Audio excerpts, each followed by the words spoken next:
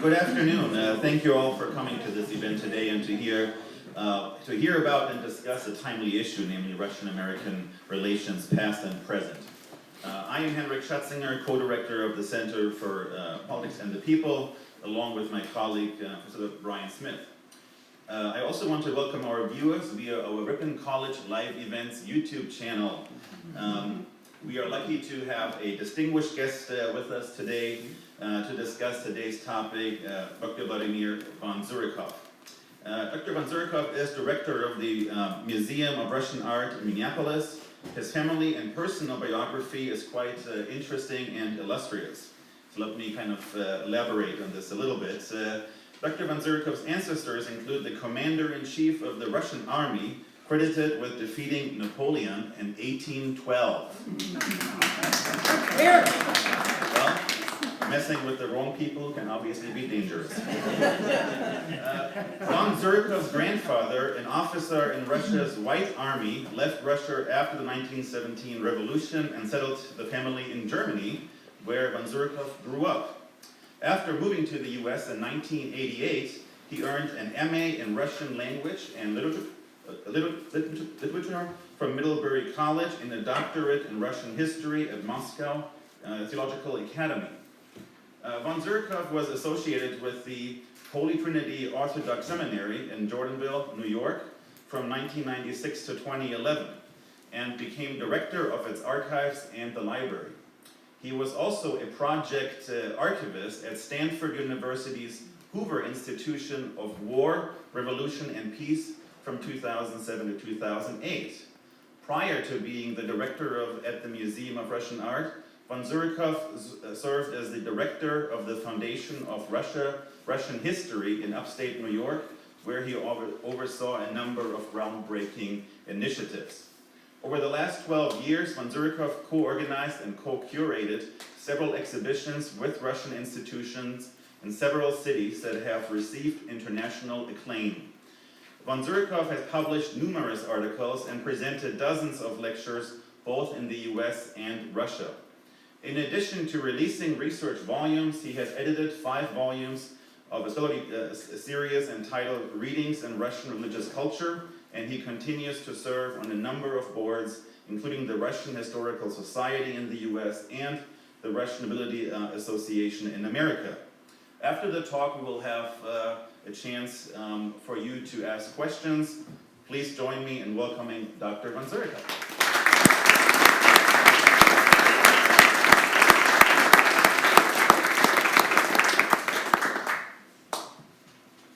Thank you all for coming tonight to this topic that I think is on many people's minds. I would like to thank the organizers of this evening's event and also, of course, of our schedule for the last 2 days. We've been fortunate to spend several days now here at Ripon College, which both my colleague Tom Hansen and I have visited for the first time. And of course also we'd like to thank Larry Mahoney, who was a graduate of Ripon College in 1967, for bringing us here. So it's been a wonderful experience so far. We'll see how the talk goes, so hopefully we'll survive. So some general comments about the actual topic. Current US-Russia relations, obviously my interest intersects a lot with questions of culture, the humanities. So in my general comments I plan to make some comments that relate directly to the role of those areas. And of course we see a slide here of Putin and Trump at their meeting, and current US-Russia relations could probably not be worse, even though we see that lovely meeting here. However, if we're going to San Francisco just some days ago, it's an entirely different story. In May of this year, Secretary Tillerson has described the US-Russia relationship at an all-time low since the end of the Cold War. And this was in May. And yet, today we see an even further deterioration of these bilateral relations. Last week, the US State Department ordered the closure of the Consulate General of Russia in San Francisco, which you see here with people observing the black smoke that's coming out. The Russian officials had basically 2 days, and of course all of the employees, to vacate the premises. Black smoke, according to CNN, a Russian official assured everyone that everything is without any problems and that this was not an election of a pope, so everything was in order.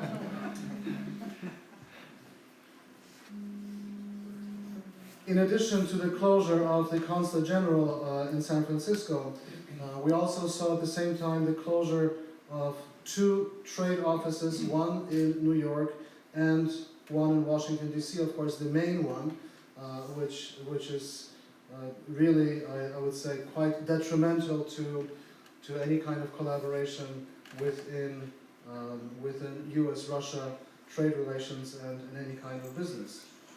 At the same time, last Friday, California Democratic Representative Jackie Speyer was quick to tweet, if there was ever doubt that espionage was going on in the San Francisco consulate, black smoke clears the air on this issue.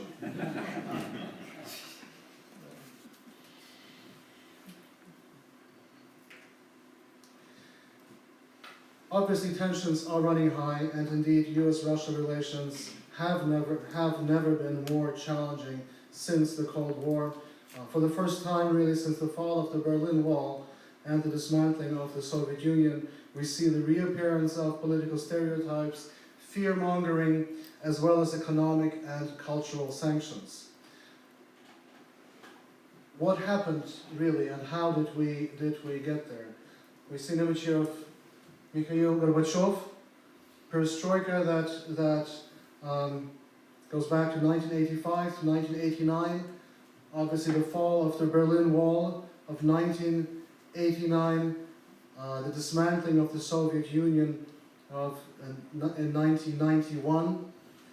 This entire time, of course, saw entirely different relationships between the leaders then of the Soviet Union, Mikhail Gorbachev, and the US President Ronald Reagan. The Soviet Union collapsed into 15 different countries, and one of the most active of the republics pushing for the dissolution was actually the Russian Republic. Now, at the same time, there was an understanding among the leaders. Here we see Eduard Shevardnadze, Foreign Minister, and Baker, Secretary of State, along with Presidents Bush and General Secretary Gorbachev. Relations were very different between the leaders of both countries, and there was an understanding that with the dismantling of the Warsaw Pact as well, NATO would not move into that space in Eastern Europe. It was really a relationship of trust rather than having an official treaty in place for the end of the Cold War. If we fast forward now to 1994, 1994 sees the signing of the NATO enlargement by President Bill Clinton, behind him Secretary of State Madeleine Albright. We can certainly point to the fact that many were questioning the wisdom behind the enlargement of NATO. The famous retired diplomat George Kennan spoke out against it at the time, as well as Secretary of Defense William Perry. A number of experts and historians questioned the decision as well and thought it would lead to a revanchist Russia, which Kennan predicted would appear within 20 years. All Russian leaders at that time, from Boris Yeltsin to Dmitry Medvedev and Vladimir Putin, have all complained about the eastward expansion of NATO since the collapse of the Soviet Union, viewing NATO's enlargement as a security threat to its own security.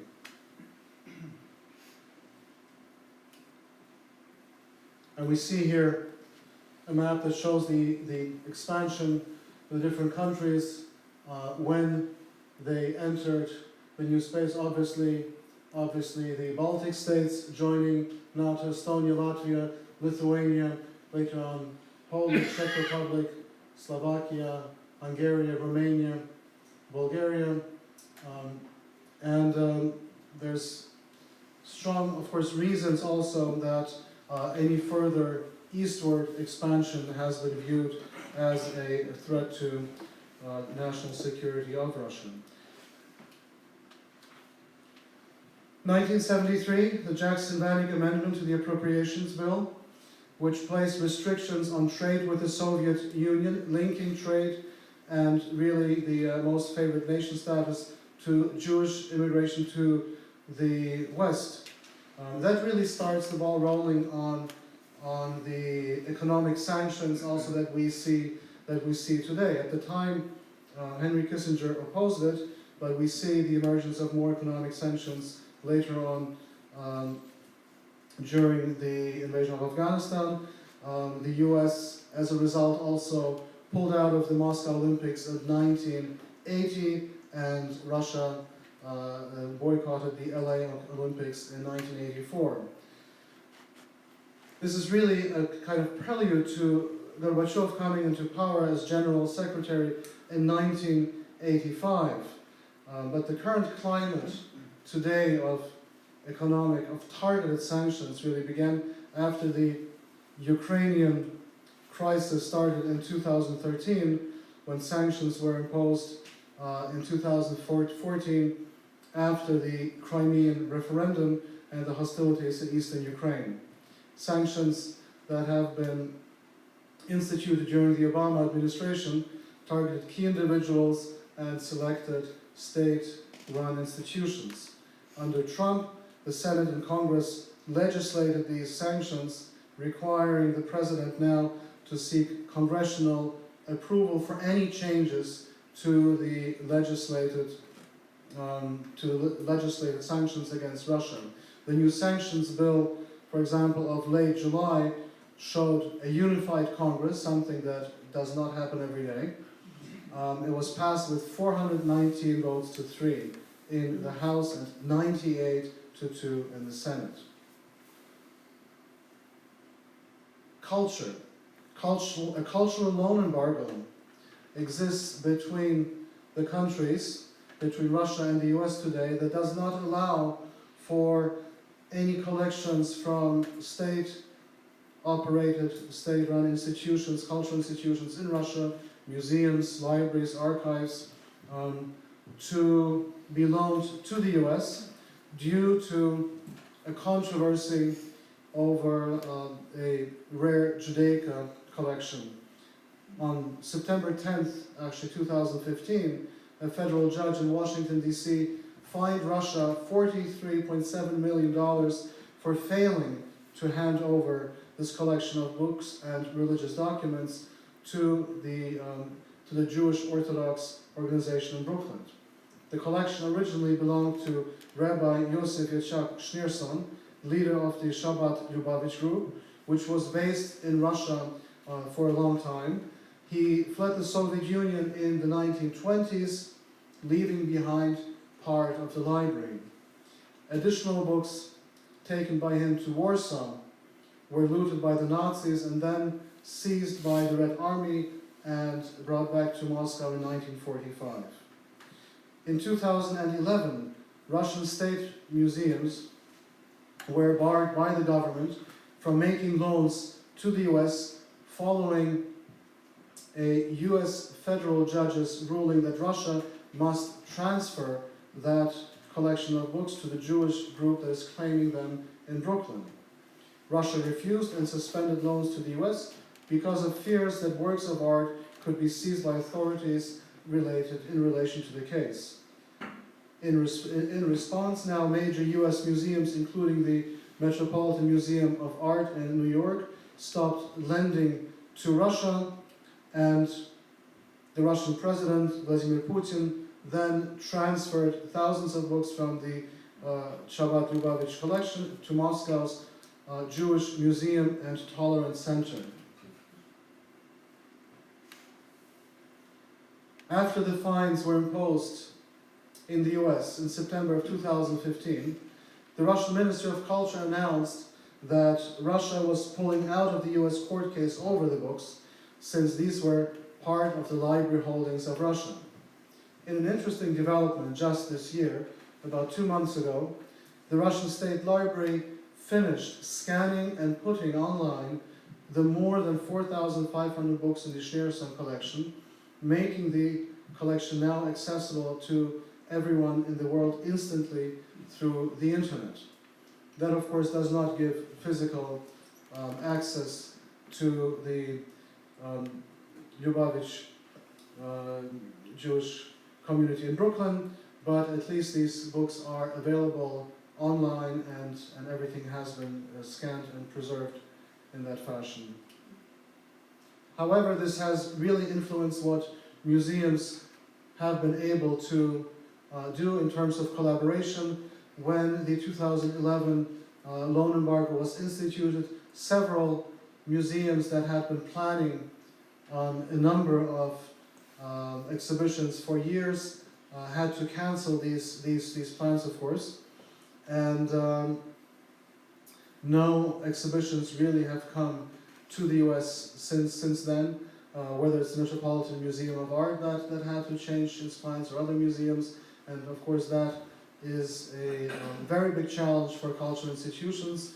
In our case, we've been able to work with some of our Russian colleagues, thanks to digital media, to seek collaboration. In 2015, the Museum of Russian Art in Minneapolis worked with collections in 7 countries on a project to present a narrative of World War I, remembering, of course, the centenary, and was able to bring collections from US-based collections of 3-dimensional items, but archival and documentary materials from archives, libraries in 7 different countries, thanks, of course, to digitization.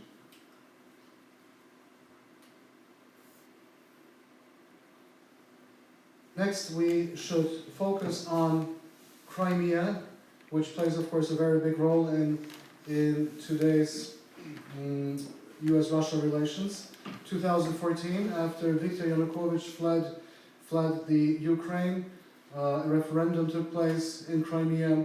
Crimea voted predominantly for unification with Russia, and the Ukraine refused to recognize that referendum, and subsequently we saw US sanctions being instituted as a result. These sanctions remain in place to this day. In fact, they have been expanded to more individuals and more businesses. Of course, it's quite obvious that Crimea is of strategic importance to Russia, and the Russian stance is that Crimea has been part of Russia for nearly the last 3 centuries. A little bit of history of how it came to become part of Ukraine. 1954, it was gifted to the Ukraine by then General Secretary Nikita Khrushchev, marking the 300th anniversary of the Ukraine becoming part of the Russian Empire. As we've heard during yesterday's presentation by Thomas Hansen, the regional interests of the Russian Federation are no doubt playing an important role in this question. And while there has been serious lobbying underway to push for a more active role of the US in the Ukrainian conflict, Henry Kissinger seemed to be one of the only voices calling for a purely diplomatic solution, and quite for a long time. As Tom mentioned yesterday, Kissinger is apparently currently advising the US president on foreign affairs, but I'm not certain that it is necessarily evident in our current foreign policy. Kissinger's general views have been consistently calling onto creating improved relations with Russia in order not to drive Russia into China's arms, and we've heard a little bit about that also yesterday. However, his voice does not seem to be heard widely, as there have been multiple reports that the Pentagon and the State department are pushing to send lethal aid to the Ukrainian government, a move that would likely further serve to deteriorate the current US-Russia relations. So how effective have the economic sanctions been so far in influencing Russia's foreign policy, at least short term? Yesterday we learned during the presentation that every presentation should include Otto von Bismarck. So if Ripon students will now have Otto von Bismarck in every presentation, this is where it's coming from. But obviously Bismarck is also of importance to us today. He famously said of Russia that Russia is never as weak or as strong as she appears. There can be no doubt that economic sanctions have affected Russia, of course. However, Russians are always extremely resourceful. And President Putin, as well as many others, have actually maintained on many occasions that had there been no sanctions, Russia should have invented them, since they have allowed Russia to begin the process of diversifying its economy. And obviously with sanctions, you can now buy French cheeses produced in Russia. Now, another part of the sanctions, of course, are the diplomatic sanctions. And if the first slide that I showed at the beginning of the San Francisco Consulate General of the Russian Federation, that is only the latest example of these diplomatic sanctions. We saw an expulsion of Russian diplomats and the closure of 2 Russian compounds in December of last year, on the eve actually of New Year's celebrations, when 35 diplomats with their families had to leave the United States. I think actually an Aeroflot flight was chartered just to take them home and try to get them at least within a day after New Year's. Russia's response was in the beginning measured. No response was heard right away. In fact, President Putin said that Russia would not be reacting in response to that. He actually decided to invite the US diplomats with their families to the New Year and Christmas celebration at the Kremlin in place of that. However, since then,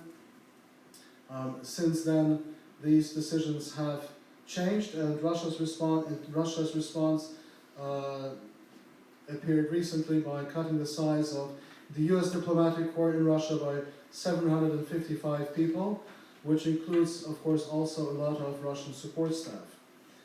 And now we see, in mirroring the US closure of 2, and this happened in mirroring the US closure of 2 Russian compounds. But in mirroring this, also Moscow declared that one of the US compounds in Moscow will now become off limits to the US diplomats and their families. So the latest Russian response triggered another US retaliation, the closure of 2 trade representations, closure of 1 consulate general in San Francisco, where the entire staff had 48 hours to move out of these compounds. The former ambassador to the US of the Russian Federation, Yuri Ushakov, who was in the US from 1999 to 2008, and current aide to the Russian president, responsible for international affairs in the presidential administration, has called this latest confiscation of Russian properties a raider seizure, and in addition to the closures of these properties, the US has also limited, apparently, the allowed points of entry into the US for Russian diplomats, as well as the number of people allowed to travel beyond a 25-mile radius from the Russian embassy in Washington, D.C. Obviously, an important point that the US stresses in that diplomatic conflict is the controversy resulting from the results of the last US elections. And while one could easily assume that Russia may have been motivated by their own allegations of US election meddling in the last Russian elections, the US investigations into Russia's alleged interference has yet to yield concrete results, even though the US intelligence community is convinced of Russia's interference.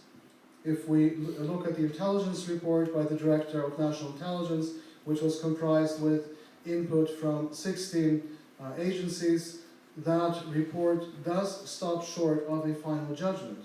In fact, I would like to draw your attention to the following quote, which we've heard yesterday as well. Judgments in this report are not intended to imply that we have proof that shows something to be a fact. Assessments are based on collected information, which is often incomplete or fragmentary, as well as logic, argumentation, and precedent. End of quote. So, really no smoking gun. But having touched on diplomatic sanctions, I would like to briefly pay attention to the importance of having area specialists in the State Department and also other government agencies, which leads me into a conversation about really the support of the humanities and especially of area studies. On March 6th of 2009, after the inauguration of President Obama, US Secretary of State Hillary Rodham Clinton presented the Russian Foreign Minister Sergei Lavrov with a red button with the English word reset and the translation into Russian, перегрузка, as a symbol of intent to restart diplomatic dialogue. However, перегрузка, as it was written, see on top, перегрузка, this word means overload and not reset. The correct word in Russian, really, there's only two letters were missing. The correct word in Russian would have been перезагрузка. Even a cursory familiarity with the Russian language could have prevented this kind of diplomatic gaffe. And obviously the cuts in funding for area studies, the cuts in funding language studies, I imagine that we see the result even on a high level like here. So the importance of the humanities, cultural collaboration, and cultural exchanges when it comes to international diplomacy. The necessity for knowledge and understanding of Russia, in our case, is more critical today than in any of the preceding decades, I would say. Today's global world and continuously changing environment places a particular responsibility on civilized nations to engage in study and collaboration because a lack of cultural understanding between the US and Russia has led to and will continue lead to misunderstanding, miscalculation, diplomatic and political mistakes. The positive impacts of investing resources into promoting cultural understanding between the US and Russia are more crucial today, I would say, than in recent history. The humanities provide the basic knowledge base for proper diplomatic dialogue. And we all know that the past decades have seen a sharp decline in funding that is available in Russian area studies, both in public and private sectors. So substantial budget cutbacks have led to diminished opportunities available for the promotion and study of all foreign languages, literatures, arts and cultures. Department of State funding, for example, for advanced language and cultural training on Russia and the former Soviet Union was eliminated in 2013. This is the Title VIII program, and represents a broader trend of the scaling back of the US long-term national commitment to education and research focused on international affairs. Past decades have seen Title VIII funding as an important vehicle in the formation of scholars, policymakers, graduate and undergraduate students who possessed linguistic skills, historical and cultural backgrounds to understand foreign societies. A strong commitment to strong international affairs education was meant to produce an appreciation for people, practices, and ideas of other societies and countries. The National Defense Education Act of 1958 and its successor program allowed for decades of educational and cultural exchanges between the US and the Soviet Union, leading to generations of students traveling between the US and the Soviet Union and later Russia, studying at partner universities. The Foreign Language Assistance Program, created in 1988, ended in 2012, and Title VI funding for academic regional studies fell by 40%. Lack of support and funding for international studies nationally has led to a decline in enrollment in foreign language courses. Other sources of funding have also suffered. The National Security Education Program offers fewer awards today than in the mid-1990s, and research in global affairs, such as work funded by the Natural Science Foundation, has also come under growing attack. Funding for foreign language study, cultural immersion, and international study does no longer present a funding priority, creating a significant gap in the knowledge base, which is essential in an open, inquisitive, and critical society. So we should ask ourselves the question, why is it important to focus on education that allows one, in the words of J. William Fulbright, to see the world as others see it? And when we answer this question, we should ask ourselves, why is it that instead of prioritizing education, we see continuous growth of defense spending, while certain trends that call for ways to cut the budgets for the NEA, the NEH, and other resources for the humanities and culture?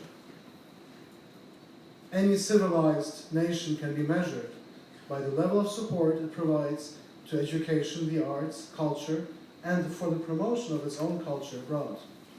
Today, this troubling trend shows a shift away from this sort of investment, raising serious doubts about the role that the United States will be able to play on the global arena in the future. How does this relate to US-Russia relations?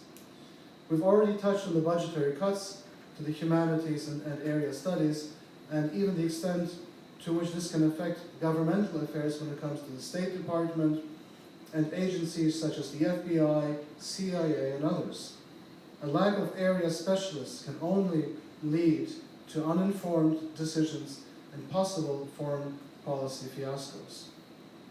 A lack of emphasis on people-to-people diplomacy, cultural diplomacy, and cultural exchanges leaves the US vulnerable and potentially falling behind other global players, such as China, for example, which we heard about yesterday. As a result, cultural understanding of young generations of Americans and Russians of their respective countries and cultures are indeed at an all-time low, setting the stage for long-term diplomatic, political, and cultural damage.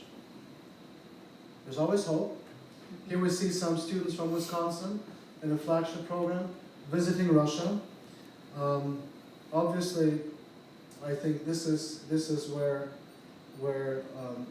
hope can be placed for the future, that such exchanges, cultural exchanges, language study,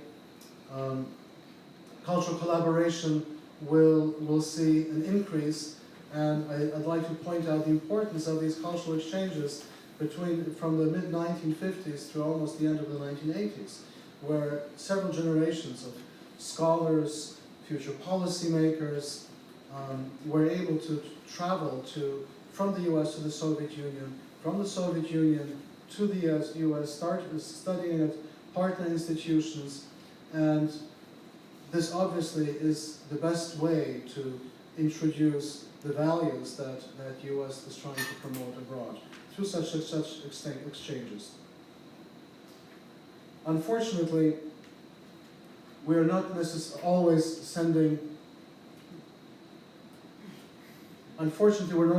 necessarily sending a unified message.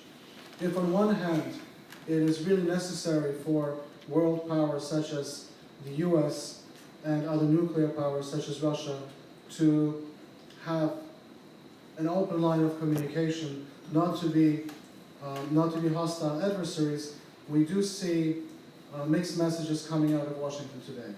On one hand, President Trump is talking about future cooperation with Moscow, while at the same time, during a recent trip to Eastern Europe, Vice President Mike Pence, addressing an audience in Estonia, said that no threat looms larger in the Baltic states than the specter of aggression from your unpredictable neighbor, Russia. Daniel DePetris, in an editorial published last month in the US News, makes the case that, quote, avoiding conflict with great powers should always be a US national security priority.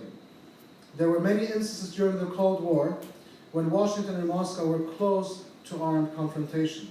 The Cuban Missile Crisis in 1962, the 1973 Israeli-Arab War, the Soviet invasion of Afghanistan, the Vietnam War, the arms buildup of the early 1980s. But in each case, cooler heads prevailed and prevented an escalation from occurring. While we are a long way away from the US and Russia reverting back to a Cold War confrontation, he concludes, it all too often seems as if Washington has forgotten the lessons of that period in history, end of quote. Obviously, there are a number of areas where collaboration between these two countries can be helpful to global security. We can look at the US and Russia pursuit of further reductions of nuclear arms, including non-strategic nuclear weapons. We should probably mention the importance of anti-terrorism cooperation, the continuation of exploration of cooperative NATO-Russia missile defense arrangements. We should also focus on the proliferation challenges posed to the world today by a hostile North Korea, and not to forget, of course, the ongoing crisis in Syria. Of course, there are many other global challenges that will benefit from these two countries finding diplomatic ways to collaborate. Issues of sustainability, climate change, pollution, for example, require certainly closer relations between the global key players. In conclusion, I'd like to mention with this photograph that it's really, of course, this generation that will be able to maybe change and influence a certain kind of change in our both foreign policy, domestic policy as well, but also in the relationships that we have with other countries. It really is the young generation that will be able to influence where we go, which direction we take, and that might be able to fix some of the mistakes maybe that the predecessors have made. So that's always, I think, a good way to look at the future, that there's hope that these mistakes will not necessarily be repeated. Thank you.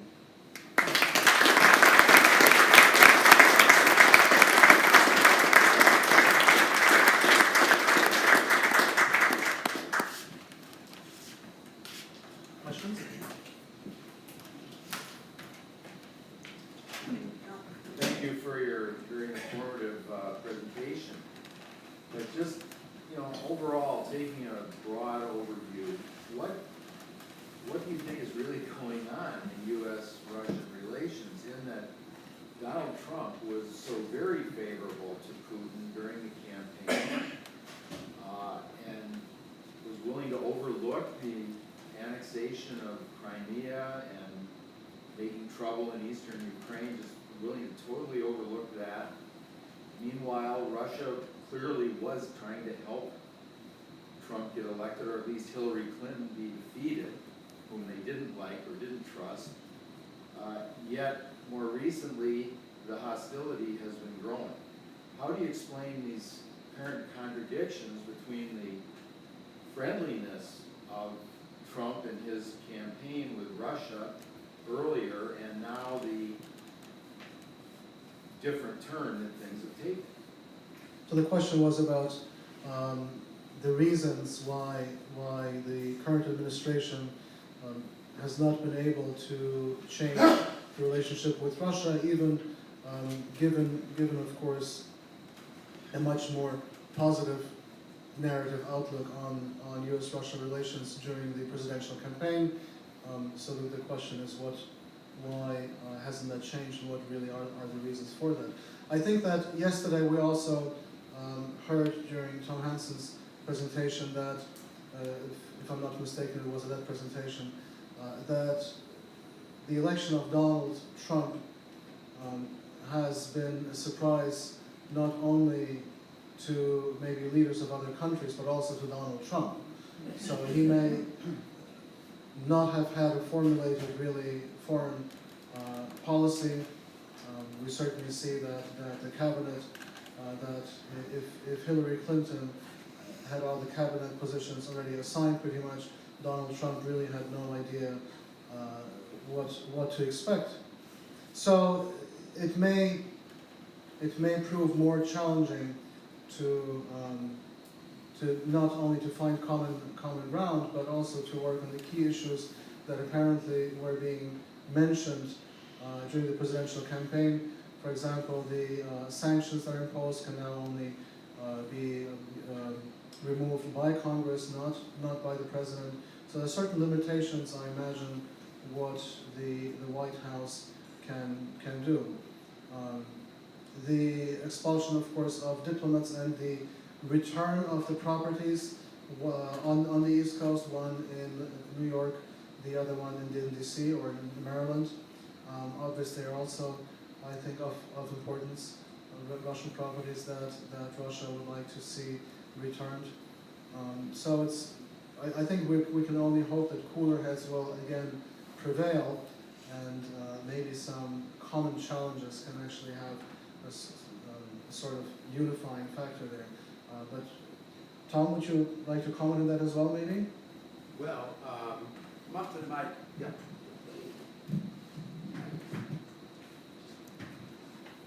Very, very briefly.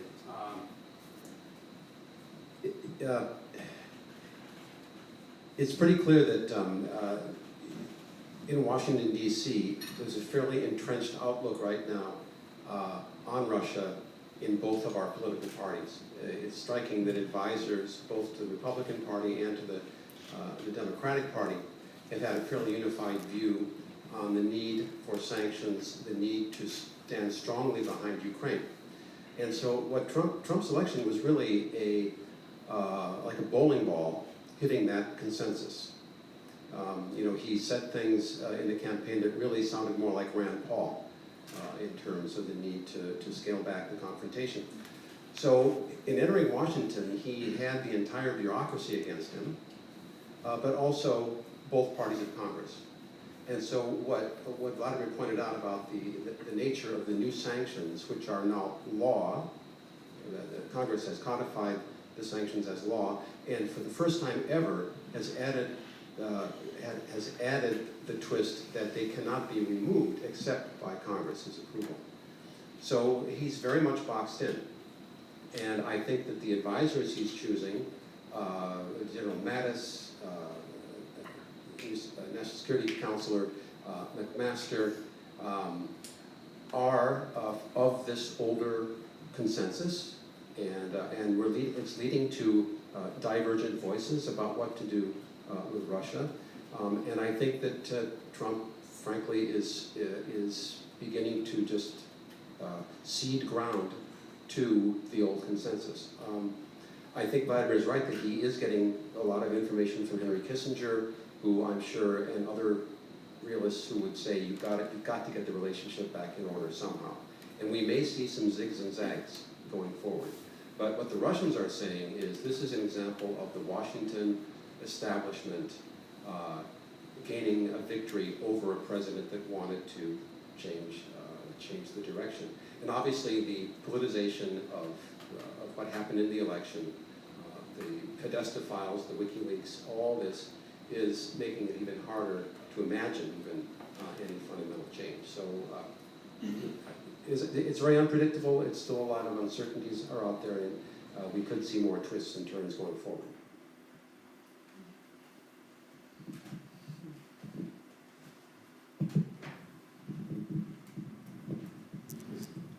You've talked about the importance of international cultural awareness and knowledge in bridging gaps that may arise between countries in diplomacy and so on. But I was wondering if you could also address the ways in which increasingly nationalistic governments use culture as a way of creating apparent opposition that reinforces their appeal to either an electorate or their legitimacy in the case of the authoritarian government in Russia. Very good question, of course. The examples that of governments really finding, I would say, productive ways to promote culture, not necessarily politically, but for both economic reasons and otherwise. Certainly, we see a heavy investment in language learning and other areas by such governments as China, for example, investing heavily even in supporting library collections abroad that would bring that.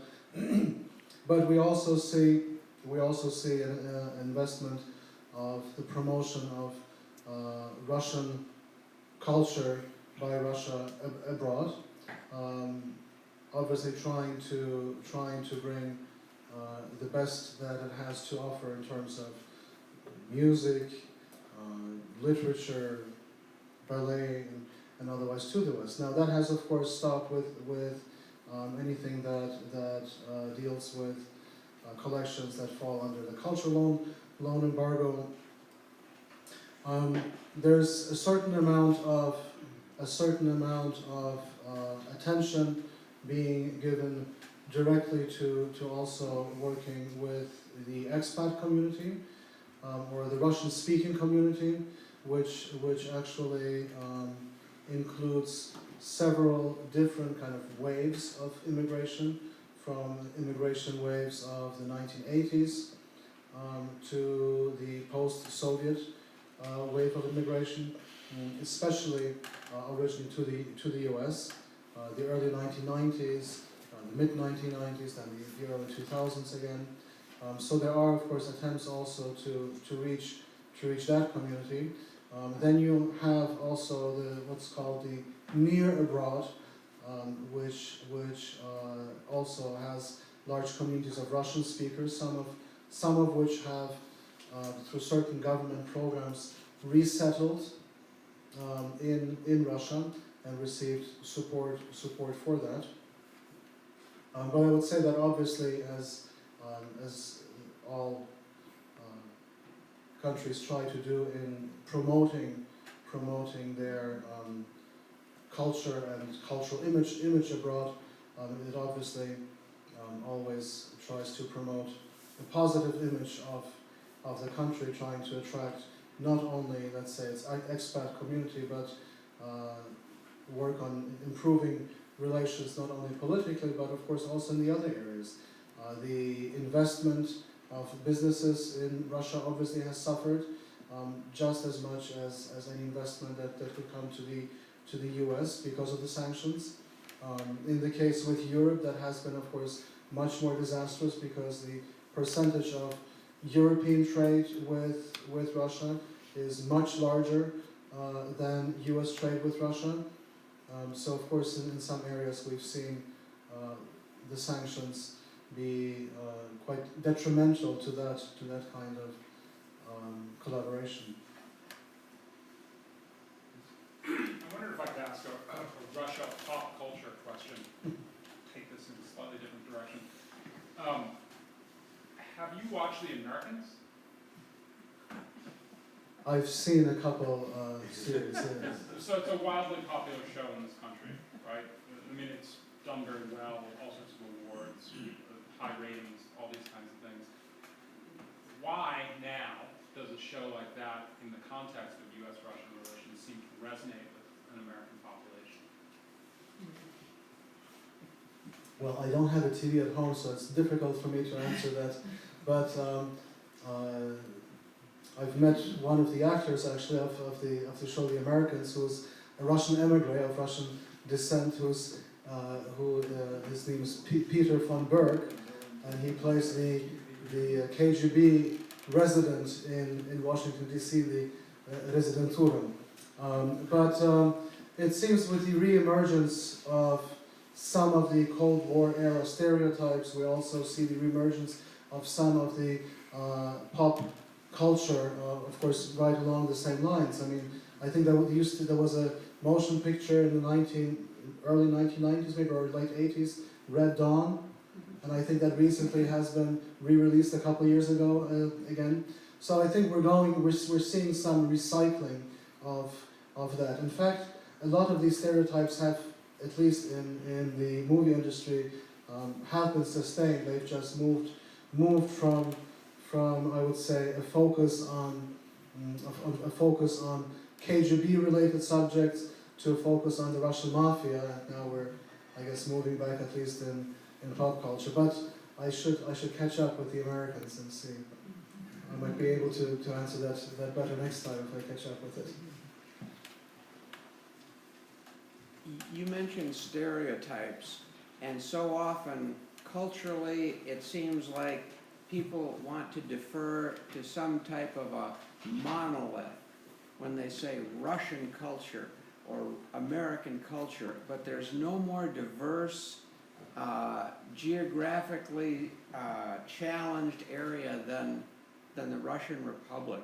The commonalities of people, say, from Vladivostok and Murmansk or Moscow, this is just like the United States. This is like Mississippi and Wisconsin or California and New York.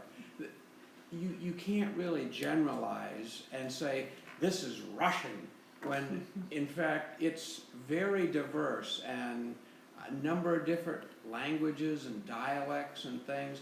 They have their own native cultures, as far as the Sami people that have had a few issues over the years with challenges.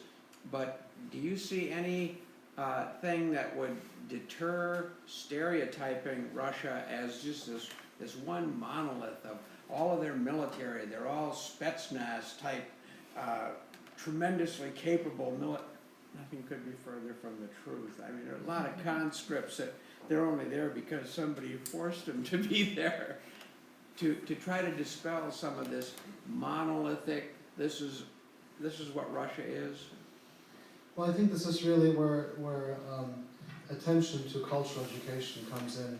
And I think these are very, very good comments, because really, if anyone who's traveled to Russia and has really seen the differences from going from one town to another, and has been communicating directly and has had contact with Russians, sees really the similarities. There are certainly a lot of similarities, and usually I always point to the fact that there's more really that unites us with the Russian people than what divides us. And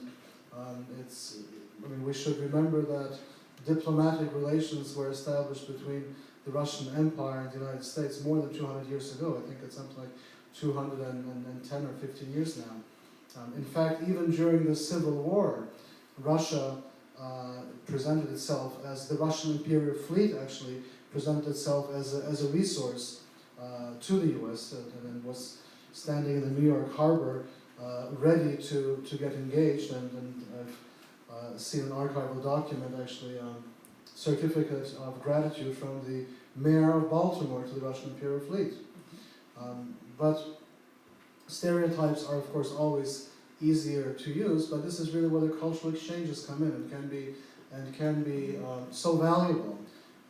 In my case, I find it to be very gratifying that I have the opportunity to dispel some of these myths directly through working on cultural projects at the Museum of Russian Art, for example, where we curate between 6 and 8 exhibitions annually, and each one of them focusing on different art forms, different periods, different even different people within the kind of sphere of Russian culture or sphere of culture even of bordering states, whether it's presenting Ukrainian artists, whether it's looking at opportunities to work with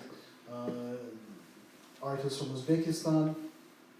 Certainly, I think this is very important to remember. And of course, this is the same is true for Russians and Russian opinions of Americans. So dispelling these myths, I mean, is something that really is an important goal, I would say, for the educational sphere. I was going to say a couple things. I mean, first of all, building off of Zach's point about Americans, and you should look at it, I think, as somebody who's interested in Russian-American relations. It's a very interesting show. But it's very problematic because it absolutely does feed into these kinds of stereotypes. I read some interesting bits by American intelligence officers saying there's a horribly exaggerated depiction of KGB activities in the United States. For example, the KGB never killed American civilians on American soil, which they're depicted doing frequently in the show. So, but it does seem to me that there's a real kind of hazy area in what you're talking about. I mean, how does one distinguish between a kind of stereotypical demonization of Russia with deep roots in Western history from legitimate criticisms of policies and actions by the Putin administration? Where's the line there? Because it does seem to me that the implication from what you're saying is that this is a kind of reflexive anti-Russia bias that we're seeing in the West. But are there no legitimate criticisms to be made of the policies of the Putin government? Well, I think that one thing that will be helpful is indeed if cooler heads will indeed prevail and the discourse will be taken out of just, I would say, very simply political statements and sometimes a hysteria that you see in the media building up, and that is not only true for the media that we are subjected to here. The same thing you might see if you watch news in Russia, as it relates to the U.S. political sphere. But I think that there was a concerted effort to just have a period of de-escalation of the discourse that will allow bilateral relations to take place again. I mean, even if we look at some of the discussions in, let's say, the cultural sphere, the entire controversy over the rare collection of Judaica, where we no longer have an active dialogue going on that might find some kind of way to solve that problem, which doesn't serve anyone well, right? It really interferes with these goals of collaboration, of trying to engage in this people-to-people diplomacy. But I think that if there are ways to address it without such a heated dialogue, that would certainly be helpful. You spent quite a bit of your career at a seminary. I don't know quite how to say this, but I don't exactly know how the Russian Orthodox Church plays into present Russian culture. But do they see the U.S. and the West as sort of an apostate, kind of secular, declining kind of thing versus what they have? I think it probably depends who you ask. I imagine if as many people as you may ask who are active churchgoers, you may get as many different opinions. So I think that we see a global rise of fundamentalism that is not necessarily limited to just one faith or another. I mean, this is seen across the globe, whether it's within Christianity, Islam, or anywhere else. But I think that the presence of Russian Orthodoxy is, of course, not only in Russia, but you have Russian Orthodox presence across the globe, and not only with Russian Orthodox believers, but people who have either assimilated and no longer have an active Russian identity, might be children of immigrants or grandchildren of immigrants, and have an entire have an identity of really the culture and the countries where they live in. So that really changes. I think that you may, depending on, of course, which level of church administration you are at, you may see statements that might be more official statements, and that might be made with more political kind of leanings. But if you look at church practice, it will most often be local practice, local support of whatever community you're in. So I think that we really have to distinguish between statements or official opinions that might be expressed by church officials within administrations or within the administrative body of the church, let's say in Moscow, and practiced religion on the parish level, because I think that is really an important resource for the Orthodox Church, which really, I would say, has allowed it to survive the 20th century, most of the 20th century, when it was under persecution during the Soviet Union. And that survival had been really made possible because of that local level, more so probably than because of administrative opinions or statements, which were entirely, of course, political at that time. So a couple of times you said you hope cooler heads prevail and there should be a de-escalation of discourse. At the same time, we discussed that the Trump administration is sort of boxed in. So that public perception, if there's a de-escalation of discourse, is that there's a connection between Trump administration and the Putin administration. So how do we circumvent politics to create a cultural exchange? Because at this point, any sort of perceived softness is going to be perceived if there's collaboration between the governments. That's a very good point, of course. So I think that, I spent maybe too much time, but I spent definitely enough time talking about the cuts in spending on education, on support for the arts and the humanities in general, but we also see cuts in other areas which are really detrimental to our foreign policy. And one of those areas really is the State Department, and it's not something that has just started right now during the Trump administration, but this really has been something that since the end of the Cold War has taken place and has begun taking place.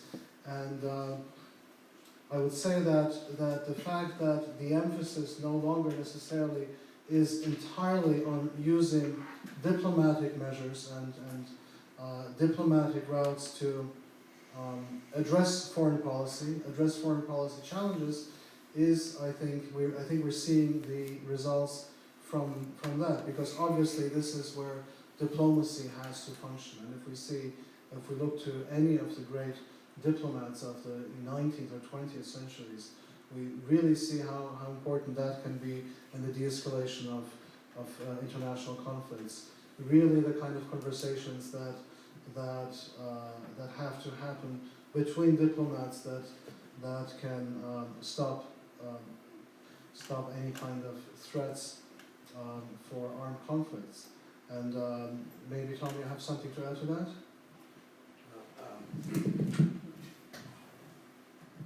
So you posed that very well. The issue has gotten so politicized that any step away from the current situation will be, used as an attack within this controversy about Russia. So politically, it's very difficult. What Vladimir said is true. In the Cold War, in spite of all of the confrontations, and in many ways the misunderstandings were deeper then. I mean, here were two global systems representing totally different outlooks that were competing globally. The difference with now is that people, including our publics, were aware of the threat. The whole nuclear confrontation seemed very real, and there was a kind of a seriousness in the dialogue. So the Russian ambassador at the time, Ambassador Dobrinin, was in Washington for decades. Everybody knew him. Members of Congress knew him.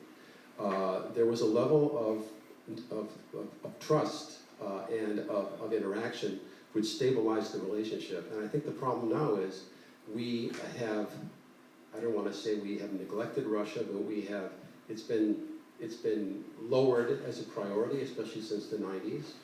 And we're not taking the relationship as seriously anymore, which has allowed it to become politicized. And believe me, the same threats are there. As I pointed out yesterday, the danger of possible nuclear confrontation are greater today, most people would argue, than they were during the Cold War, because of what Vladimir is talking about, the lack of dialogue, the lack of taking the relationship seriously. And so how we, in the current political atmosphere, and you're exactly right, anything will be politicized right now, how we take the first steps away from the current situation is going to be very difficult. As a former State Department person, I agree with Vladimir that we ought to be putting more money into state. As General Mattis has said, the less you spend on diplomacy, the more ammunition I have to buy. And I think the military has been the greatest supporter of increased funding for diplomacy, because they see what's happening on the front lines and they realize they don't want to be left with the results of a failed diplomacy.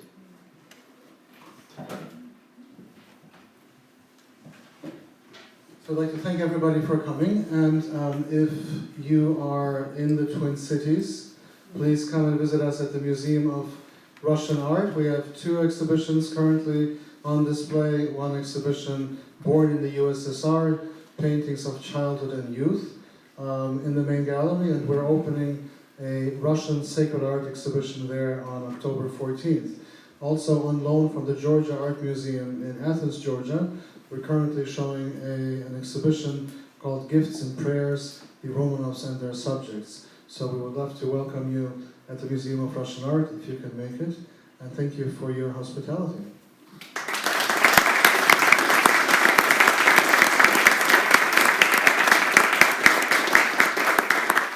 Thank you very much again for coming to Ripon College and for giving this excellent presentation.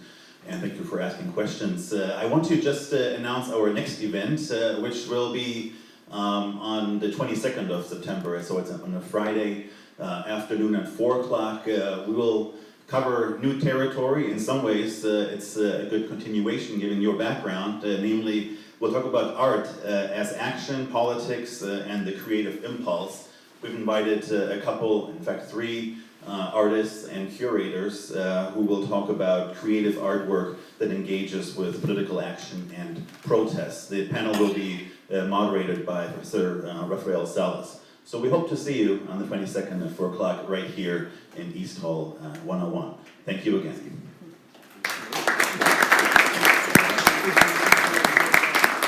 And here are some brochures if you guys are interested, Gifts and Prayers, and then Born in the USSR.